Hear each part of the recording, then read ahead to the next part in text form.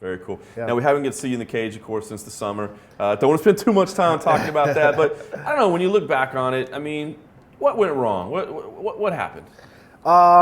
I think in the fight back home in July, what went wrong was just my lack of knowledge. I think that I was mentally prepared, I was physically prepared to fight that fight, but I just didn't know enough. Even Andrew said in his post-fight thing, he's like, Khalil's really green, and that's real. That's true. Like I've only been fighting for 5 years now. Training for 6 and fighting for 5. So. There's still a lot for me to learn, and I'm eager to learn everything. So I think it's just mostly lack of knowledge in certain areas.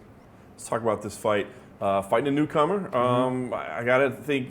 Did you know much about him? When they came with the matchup, did you research him first, or did you just say whatever, let's do it? How did that process go? Okay, so we got the fight on about 3 weeks' notice. I knew that they were looking for someone for me to fight, so I wasn't in a training camp, but I wasn't just messing around back at home. So they came with a name. I did look. I watched maybe a video or two, and like I said, I'm in no position to turn down any fight. So I'm like, hey, I'll take it, whatever you guys got, And I trust that the matchmakers in the UFC and everything know what they're doing. So I sent the name to my coaches, and they've been the ones to mostly watch, film and footage, and I just listen to what I need to do.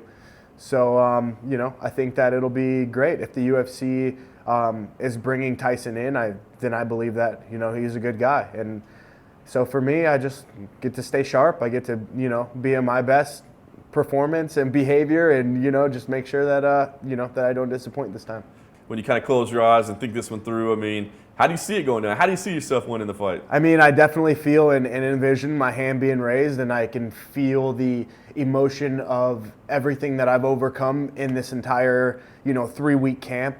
Emotionally, mentally, spiritually, physically, everything, and I can just feel that all coming up in the moment that I get my hand raised, and it just being an amazing opportunity, an amazing experience, and I can fly back home and see the smiles on my friends and family's faces for the result.